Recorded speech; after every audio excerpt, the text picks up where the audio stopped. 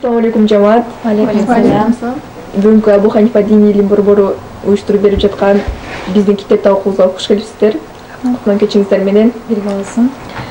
Эми бул китепте эмне үчүн 3 жаштан кийин кеч жана чын эле 3 жаштан кийин бала тарбиялоосу кеч болобу ошол жөнүндө ар бириңиздердин ой пикириңиздерди билип талкуу кылсак. Чын эле бул китепте 3 жаштан кийин кеч деп айтылыптыр. 3 жаштан кийин бала тарбия бул чын эле кеч болуп калабы? Ошол жөнүндө айткысы келген бул китепте. Негизи аял заты кош бойлуу кезинен баштап баланы ошол кош бойлуу кезинен баштап тарбияласа дагы болот. Мисалы ошол кезден баштап, мисалы кош бойлуу кезинен баштап көбүрөөк китеп окуп, көбүрөөк Курандарды угуп турса, мисалы айткан го бир эмеде наристе төрөлгөндө, Аллах деп төрөлгөндөрчү, ошол дагы ошол эне көп Куран китептерди окуп, Курандарды көп уккан үчүн ошол себептен дагы ошол баласы түлдүктө жатып ошол нерседен улам Аллах деп төрөлсө керек деп ойлойм да, менин түшүнүшүм боюнча. Ооба, туура айтасыз, Тахмина эжей.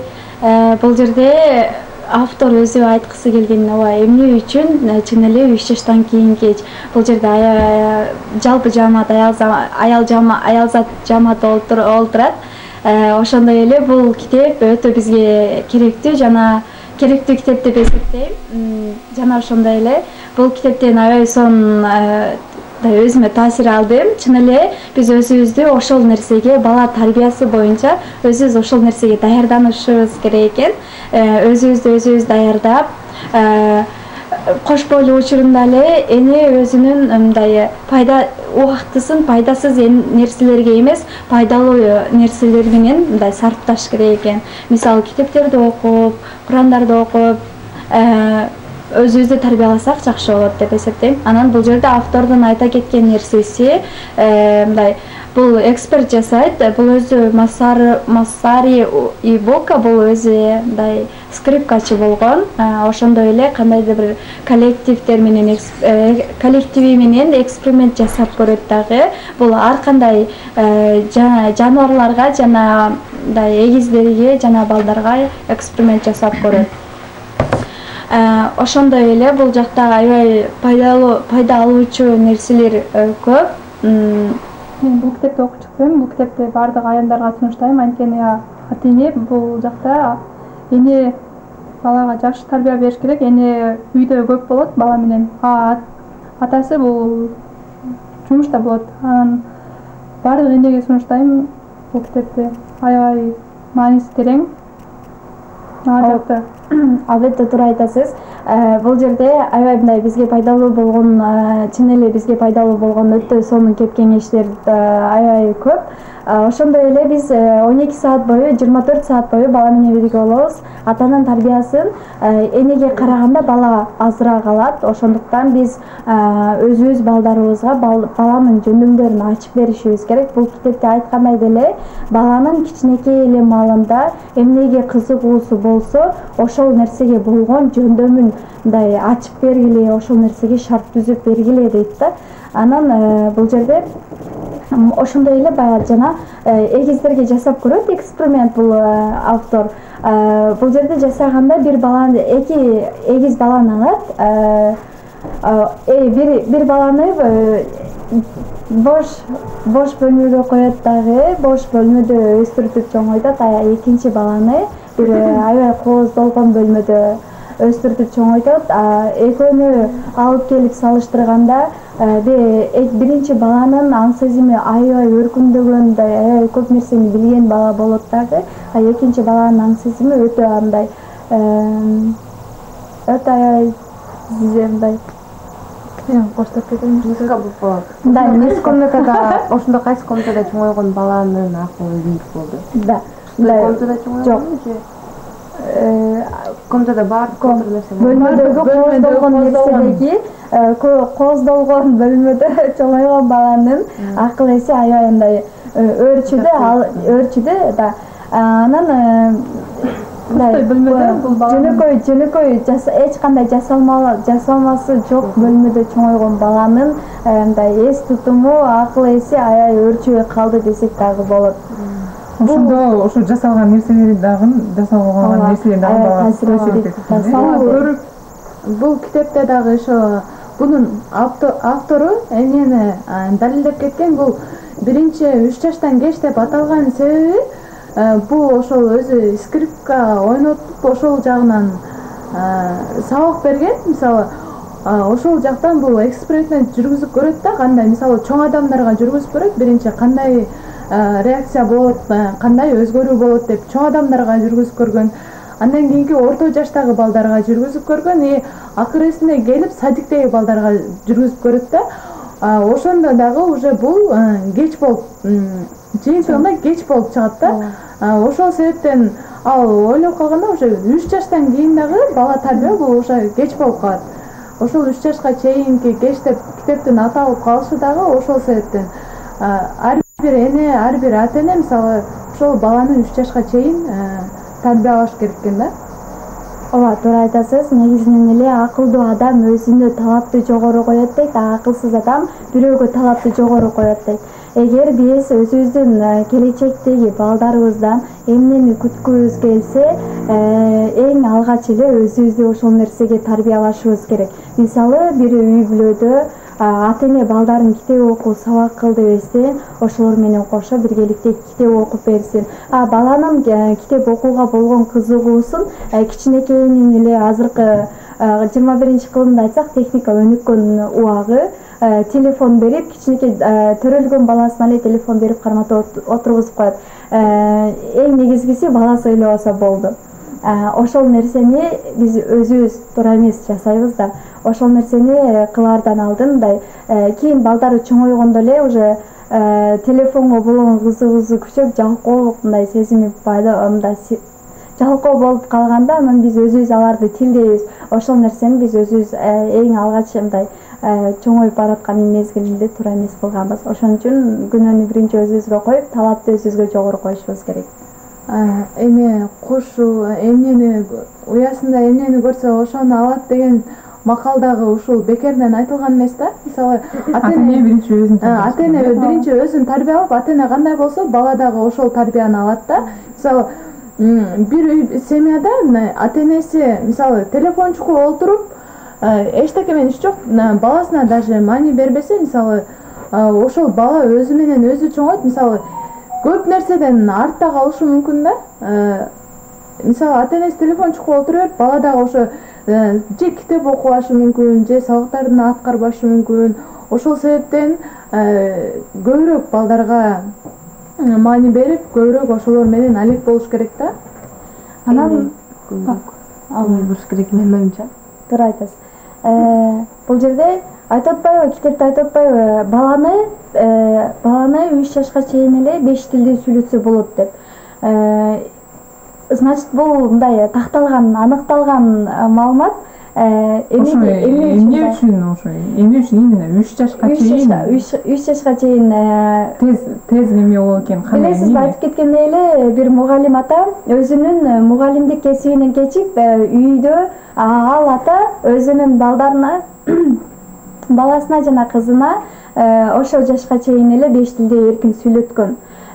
Демек, анын колуна келди, биздин да колдон келет. Бир эле учурда балдары пианино ойногон, пианино ойноп эле анын тили англис тилинде болсо, ошону мындай окуп аткан музыкасы бул дагы башка немис тилинде болгон. Ошентип эле үйрөтсө болот экен. Значит, орусча бол кетти. Демек, ошол менен демек биз өзүбүзгө Жок, мага кызыкта, эмне үчүн 3 жашка чейин физиологиялык жактан эмне үчүн ушундай болушу мүмкүн?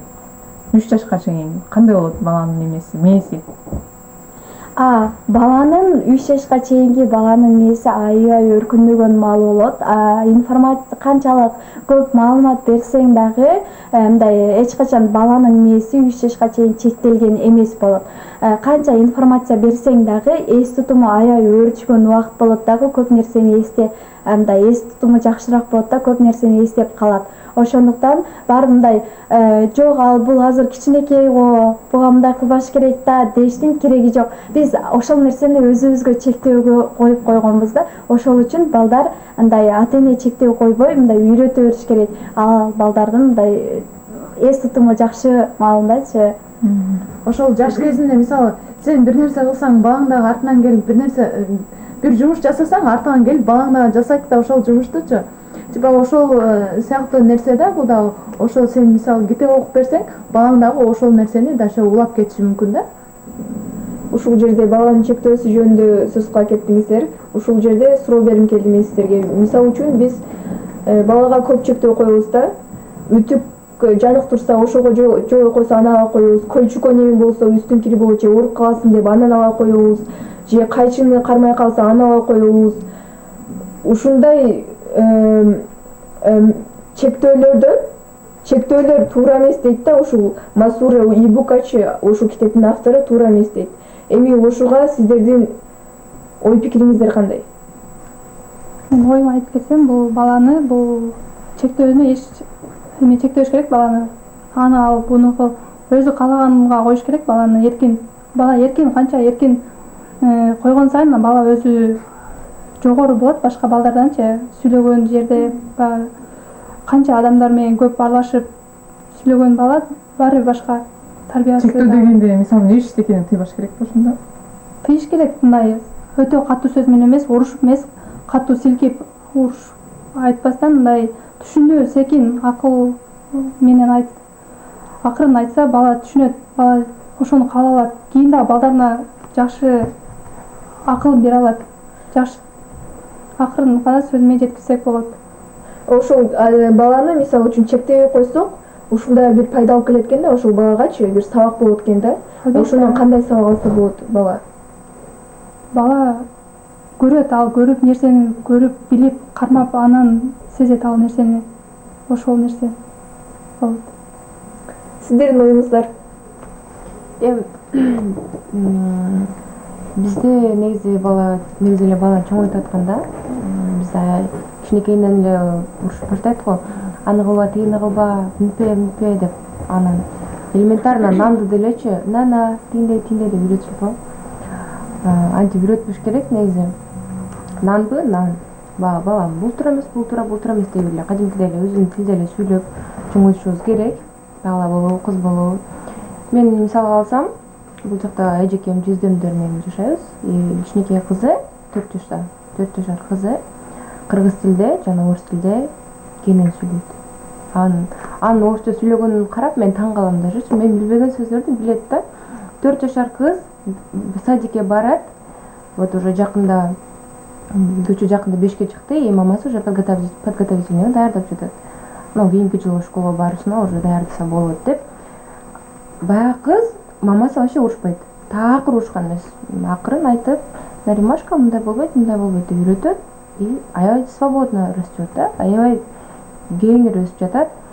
Анан 5 жашар кыз азыр тамгаларды тааныйт. Уже үйгө эжеги келип үйрөтөт. Бирок бизде андай эмес да, мисалы үчүн бизде урушуп эле чоңойгонбуз. Ошону урушпаш керек да. Мен мисалга өзүм эжемден алып жатам. Бизде урушпаш керек, баланы. Катуу урушпайт да. Көрдүңүздөрбү? Мен кошумчалап кетсем, бул жерде айтылат да, азыр биздин көп алымдарыбыз айтат, бир алымыбыз айтат экен.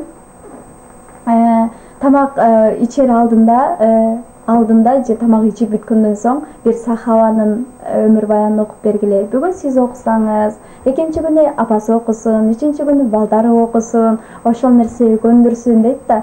Биздин мындай сабырсызбыз да, азыркы жаштар аябай сабырсыз болуп кетет, анан же ачуусу аябай бат келет да. Мисалы пайгамбарыбыз саллаллаху алейхи вассалам мындай жаш балдарга болгон мамилесин караң да. Жаш балдар мындай өзүнүн немесинен дагы мындай ордунан дагы туруп жылып берген да. Өзүнүн ордун бошотуп берген учурлары болгон. Анан үйгө келгенде мен чарчадым, тигиндей болду, мындай болду дебестен өзүнүн неберелерин желкесине отургузуп алып ойнотчу да. Ошол нерсени эле үлгү алсак, азыр айтышат мындай көпчүлүк жаштар тамак ичерден алдын ким китеп окусун, тамак ичип бүткөндөн кийин ким окусун, эң туура эч ким окубайт. себеби аны эч ким жасабайт. Ошол үчүн чоңойгондо биз балдарыбызга талапты көп коебуз дагы. Сен мындайсың, сен тигиндейсиң. Ошол учурдагы жаш кезиндеги биз мындай эс тутума жакшы маалында биз ошол нерсени ошолорго үйрөтө алдыкпы? Жок. Күнөөнүн баары өзүбүздө болсо керек деп ойлойм. Сонун жооп болду. Рахмат.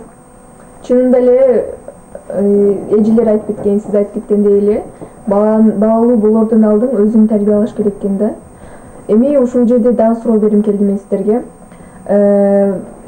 Мисалы үчүн ата-эненин кулк мүнөзү, жөндөмдөрү ушул балага өтөт деп ойлойсуздарбы?